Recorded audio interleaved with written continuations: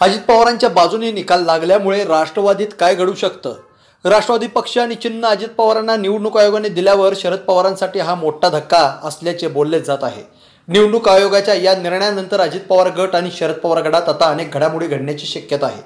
त्यामुळे अजित पवारांच्या बाजूने निकाल लागल्यामुळे राष्ट्रवादीत काय घडू शकतं याबाबत काही शक्यता वर्तवल्या जात आहेत। विशेष म्हणजे शिवसेनेप्रमाणे राष्ट्रवादीच्या दोन्ही गटाकडून पक्षाच्या कार्यालयासह अनेक गोष्टींवर दावे प्रतिदावे केले जाण्याची शक्यता आहे। राष्ट्रवादीत काय घडू शकतं तर अजित पवार गट राज्यभरातील पक्षाच्या नावाने असणारे कार्यालय ताब्यात घेण्याची शक्यता सध्या काही कार्यालय राष्ट्रवादी वेलफेअर असोसिएशनच्या नावाने देखील आहेत। तिथं अडचण निर्माण होईल कारण त्याचे अध्यक्ष शरद पवार आहेत। मुंबईतील बेलाड पियर येथील पक्ष कार्यालय अजित पवार गट ताब्यात घेण्याची शक्यता, पक्षाच्या नावाने असलेल्या देणग्या ठेवी देखील अजित पवार गट ताब्यात घेण्याची शक्यता। सोशल मीडियात शरद पवार गटाला राष्ट्रवादी पक्षाचे चिन्ह नाव वापरता येणार नाही। पक्ष कार्यालयावरून संघर्ष पाहायला मिळणार। शिवसेनेत झालेल्या गटबाजीनंतर निवडणूक आयोगाने मुख्यमंत्री एकनाथ शिंदे यांना शिवसेना पक्ष आणि पक्षाचे चिन्ह दिले होते।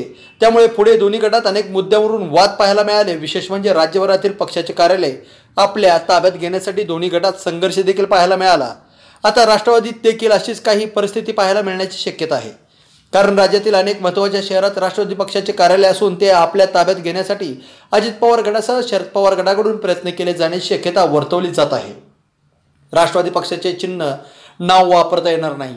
निवडणूक आयोगाने राष्ट्रवादी पक्ष आणि घड्याळ हे चिन्ह अजित पवारांना दिलं आहे। त्यामुळे अधिकृतरित्या राष्ट्रवादी पक्ष अजित पवारांच्या ताब्यात गेला आहे। आता अशा परिस्थितीत शरद पवार गटाला राष्ट्रवादी पक्षाचे नाव आणि घड्याळ चिन्ह वापरता येणार नाही। विशेष म्हणजे आता शरद पवारांना पक्षासाठी नवं नाव आणि चिन्ह शोधावं लागणार आहे। तर राष्ट्रवादी पक्ष आणि चिन्हाचा निकाल अजित पवार गटाच्या बाजूने लागल्यानंतर शरद पवार गटाने 4 चिन्हाची निश्चित केल्याची माहिती समोर आली आहे। त्यापैकी एका चिन्हाची निवड करून बुधवारी निवडणूक आयोगाला त्याची माहिती देण्यात येणार असल्याची माहिती आहे। शुक्रवारी संध्याकाळी 4 वाजेपर्यंत शरद पवार गटाला आपल्या नव्या पक्षाचं नाव आणि चिन्हाची सूचना देण्याची मुदत आहे। मी शर्वरी, सबस्क्राइब करा तिचा जागर न्यूज, शेजारी दिलेलं बेल आयकॉन म्हणजे घंटी दाबा, जेणेकरून तुम्हाला आमच्या साऱ्या अपडेट्स येत राहतील।